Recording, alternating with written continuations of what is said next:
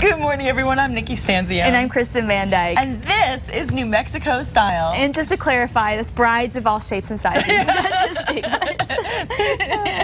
Big brides, big little tits. brides, all Yes. big weddings, all kinds. Right, exactly. Yes. Now, speaking of big news, we've been talking about it all week. It was the Dancing with the Stars finale. I'm going to give you a little spoiler, tell you who the big winner was. It came down to hot William Levy. Oh, it came down to Catherine, the amazing opera singer from England, and then it came down to Donald Driver, who of course is a Green Bay Packer, a major NFL star. He won. He won. He won. Oh, that's awesome. Yes, he did a great job, and you know, I was really impressed with him and his partner Peta. She's beautiful. This was only her second season, and funny enough, in the last season, she was the first to go, and this year she was the winner. She really turned it around. She really did. It was a great show. So just thought I'd mention that since we've been talking about it. And you know, another thing to mention is the fact that college grads and the unemployed are really pounding the pavement looking for a job. And here's a word of advice, okay? If you have a tattoo, believe it or not, you may want to have it removed. Or get that super duper makeup to cover it up. Yeah. Each employees have been given the thumbs down following a poll that revealed almost 60% of employees think it's unacceptable for tattoos to be visible at work. The study also revealed that 64% of people believe tattoos should be covered up for a job interview. Now, tattoos are obviously a form of art and creativity, but if you're dressing to impress, based on this study, they're saying cover it up. You know, I mean, I don't really think that's fair. I don't either. It's like saying, well, you know, you should really do hair extensions because your short hair is just not working for me. Well, did you hear about the lingerie lady? She got fired for being too sexy. Oh, I did hear about that. Yes, she was too sexy for her body. It's just weird, some of these things that people are coming up with. I think ultimately it should come down to your work ethic, and I do think you should present yourself with ethical values in class, but what does that have to do with body art or any of the other things? Unless, as long as it's not offensive to somebody and you don't have something written that could offend somebody, I don't think there's any reason why people should be in that position. I don't either. Well, we know somebody who doesn't have tattoos. It's our Face of Fox. Now, it's day 3 of our week-long series, Chasing the Fox. Our Face of Fox, Elias Gallegos, is traveling central New Mexico to 5 undisclosed locations in 5 days, and this week he's been in Rio Rancho and Albuquerque, but where is he today? Good morning, Nikki and Kristen. If it's adventure you're looking for and you live in New Mexico, well, you never even have to leave your own backyard. Today, we're chasing the fox to Moriarty. Moriarty is located just 35 miles east of Albuquerque along the historic Route 66, where the Plains and the Southern Rockies meet. Moriarty is the crossroads of opportunity. With a population right around 1,900 people, Moriarty is the ideal location for families looking to escape the urban hustle and bustle for a more quiet, slower paced style of living. The city of Moriarty was named for the first family to settle in the area in 1887. Michael Timothy Moriarty, his wife, and their children homesteaded their land, and the rural character of the area continues to make Moriarty a great place to raise a family. The railroad came through here in 1903, connecting Moriarty to Chicago and El Paso, which brought a rush of homesteaders to the area. Yesterday, I told you that until the late 30s, when traveling east to west on Route 66, you had to take a right near Santa Rosa, drive all the way to Santa Fe, then turn south toward Albuquerque, which left Moriarty off the beaten path. When Route 66 was rerouted, the city prospered. Moriarty is known for soaring, aka gliding, mud bogging, rodeoing, and motorcycle racing. We'll have more details about these and other quality of life perks that make Moriarty the happiest, friendliest, most hospitable place I've ever been. So stay with us. This is day 3 of Chasing the Fox. He did a little foxy move. That was a little foxy run, absolutely. Very impressively. Oh my gosh. Okay, someone else who impresses us is KRQE News 13 anchor Elizabeth Alvarez, who has this morning's headlines. Do you ever do any kind of flip jumps and runs like that? All right, here I go. Let me try something else. No, I'm kidding. I'm sitting in a chair. I can't move. I'm buckled down Good here. try. A for effort. I know, right? Good morning, ladies. Good morning to you at home. Topping your morning news headlines this Wednesday morning. This morning, the Whitewater wildfire burning out of control in the Gila wilderness. And now firefighters are calling for a precautionary evacuation for Willow Creek, which actually is in the fire's path. 50-mile-per-hour wind gusts are expected today, which could push the flames towards the homes there. Meanwhile, the Baldy fire also burning right now in the northeast part of the area. That's kind of near the Cub Creek area. Fire officials say it has reached the old burn scar area from the 2002 Cub fire, and that may actually help firefighters get an edge in fighting that blaze. But don't look for any relief from the sky, because just last week, Governor Susana Martinez declared New Mexico a drought disaster. And as we move into the Memorial Day weekend, state forestry officials are concerned about campers and hikers, so please be careful if you head out this weekend and are enjoying the great outdoors. This morning, New Mexico is at the top of another list, and this one is not a good one. The state is said to be the deadliest state in the country. Yeah, that's a new poll study that was out. Apparently, more people are likely to die here in New Mexico from drug overdoses, car crashes, and fatal falls than folks in any other state. New Mexico does have a lot of rural areas and highways which people tend to speed on, and that is partly what cops say causes a lot of the accidents. The Santa Fe attorney serving time in prison for hitting and killing a pedestrian while being drunk and driving has been granted parole. The state parole board set the conditions for Carlos Fierro's parole on Monday. Fierro was sentenced to 7 years in prison for killing William Tenorio back in 2008. He should be set free in the next few months. Police in Rio Rancho raid a home, finding guns and drugs and something even a little bit more disturbing that they found inside a child's backpack. Officers say they found several X-rated movies in a 5-year-old's backpack. Apparently, police had been investigating the couple living at this home, which is just west of Unser and Northern, for drug activity. Yesterday, cops swarmed the house.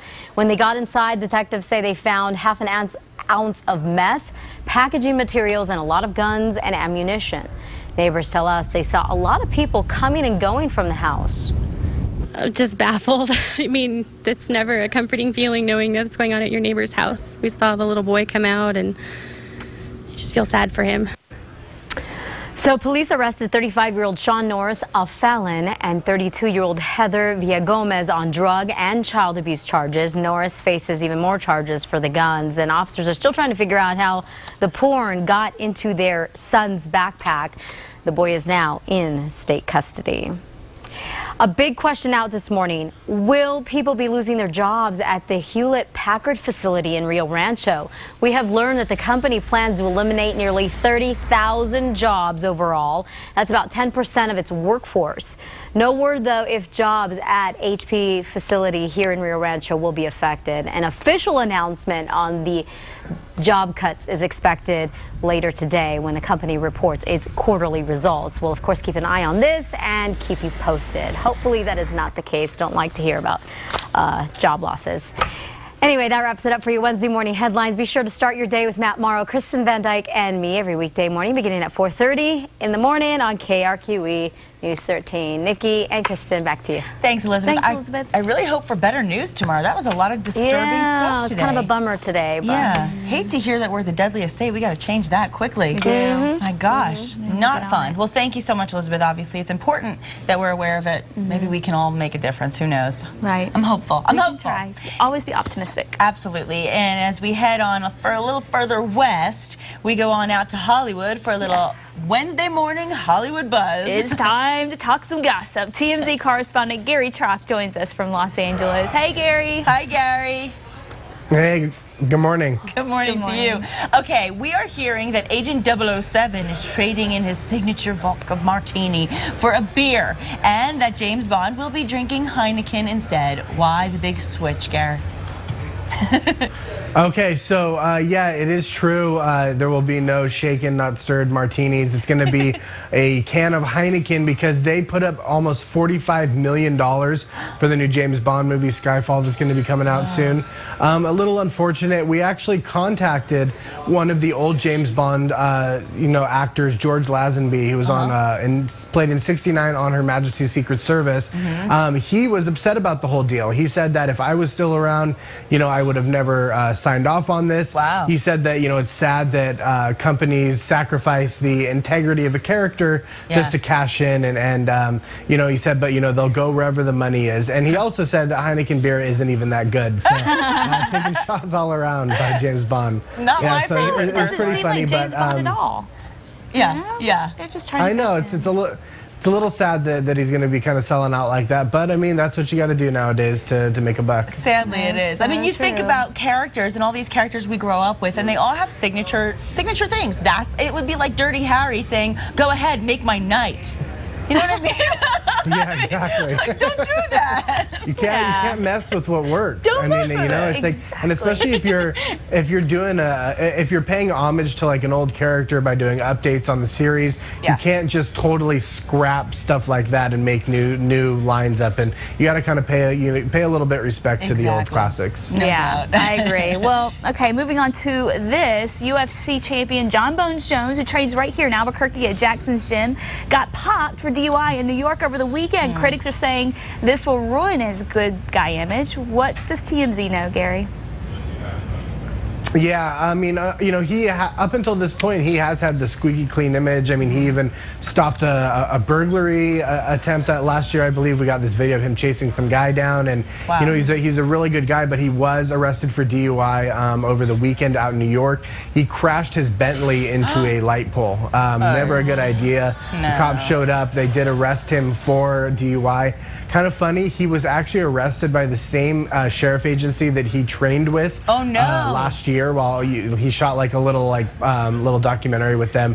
It was the same guys that arrested him. So he did bail out a short time later. He was bailed out by his mother. And we got a statement from his management team saying that, you know, they support him, they're fully investigating this, and you know, they'll see what happens in the end. And so it's a little sad, but you know, these things do happen, and you got to be responsible. Especially when you're out drinking. So hopefully he'll learn from his mistakes. Yeah, and when you're in a position like that, you really have to set an example, and that kind of hits close to home because he actually does train here. I think he works with Greg Jackson sometimes here in Albuquerque. So yeah, so we wish him the best, hopefully. Now, this is kind of a disturbing story, Gary. This kind of really bugged us this morning. What do you know about Queen Elizabeth's dirty old undies that somebody with a panty fetish bought for $18,000? Really? Oh my God! I mean, this is crazy. So basically, these panties they belong to Queen Elizabeth. They were found on a private airplane in 1969 or 1968, I believe, after she flew this airplane. So my question, first off, is why are her panties off on this airplane? Yeah. Question number one. They were. Exactly. So Mile High Club? You know, Queen Elizabeth was a member of the Mile High Club. Yeah, exactly. Well, if it's British though, is it Mile High Club, or do they like is it because it's in metric? I don't know. Okay, so anyways, the panties. Kilometer high. The panties were sold. Yeah, exactly. The panties were sold for $18,000. They were put on eBay. There was a big bidding war on them. It had upwards, I think, like 20 bids. We don't know who the mystery panty bidder is yet, but we're working on it. Hopefully, we'll get a name soon. So pretty interesting. They definitely are used, and hopefully, this guy, you know, does something with them rather than just wearing them on his head around his house. Please don't wear them on your head, mystery man. No. Naughty queen. Well, thank you so much for the wonderful information, as always, Gary. Hey, I have a quick question before you go. Who do you think's winning American Idol tonight? I got to go with Philip. I mean, the guys have just been owning American Idol the past few years, and I think he's a stronger performer than Jessica. I have a feeling you never know. Right. We'll find out soon enough. Thank you so much. Where's Ruben? Is Ruben in it this year? No, He's gonna win. No, and Clay was too busy on Celebrity Apprentice, so we don't have them. Yeah, there you go. Thank you so much, Gary. We'll talk to you next week. Have a wonderful good night and afternoon. And of course, you can catch TMZ weeknights at 5:30 right here on Tu Casa Fox. Yeah, and then I actually catch TMZ often late night too, because it does repeat, I think, at 11 o'clock right here as well. So if you're a late nighter, you can watch it then. I shouldn't be, but I am. Obviously a TV addict. And speaking of TV, the TV series In Plain Sight is officially about to wrap up its 5th and final season right here in Albuquerque. And the producers of the USA Network series are actually donating costumes and props, construction materials, and more to community organizations. Right, like Habitat for Humanity, Joy Junction, and a number of high schools will all get a share and say they'll keep some of it and then sell the rest to raise some money. Do you think that they'll find the clothes that our Face of Fox wore in his episode and sell them for lots of money? That'd be cool. I would think it would be worth a lot of money. Yeah, we'll have to look for that. We'll have to have him reenact the scene on the show one day. Yeah. All right. When the Lone Ranger wraps, Johnny Depp will still have a big presence in this state because he's been adopted into an Indian tribe. Aw, look at the eyeliner on him. Last week, he was made an honorary member of the Comanche Nation. Depp says that his great-grandmother was Cherokee, and he's playing the part of Tonto, as we all know, in the new Lone Ranger movie. So the question is, was Tonto a Cherokee? I don't know. We'll have to find out about that. But that makeup, I heard on the radio they were talking this morning, making jokes about, you know, how that's really hard to get all that eyeliner off. I think it was Erica Viking on Coyote. She was saying, you know, thinking about playing Captain Jack and then Tonto, the man has like permanent eyeliner now. He does have to have permanent eyeliner. Oh my gosh. It's probably like seeped in and tattooed itself under his eyes. Okay, well, going back to what we were talking about before, how could we not talk about it? The final performance show of American Idol Season 11 is tonight. Now, this is not the actual performance. The performances were last night. That was the competitive part. And tonight is just a fun night. The top two finalists, of course, have very different styles. And what they did was they belted out 3 songs each, and they both wanted to win over America with these songs. You had the producer's pick, you had their pick, and then you had the new song, which would become their single. And what will happen tonight is one of them will take home the title at the end of this big results show. Oh, so exciting. Yeah. Fox News correspondent Nicole Collins is in Los Angeles with more from the contestants and the judges. Jessica Sanchez and Philip Phillips gave it their all in the final performance show of the season. Now the decision of who will be the next idol is in the hands of America. It was a battle between the California teen with the grown-up voice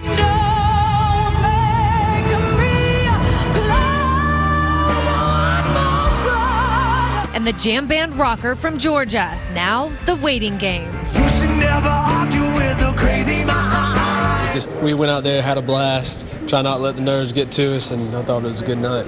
I agree with him. I mean, we, like I said, we're the top 2. We're both winners in the end, and I think we just went out there and sang our hearts out just for the people.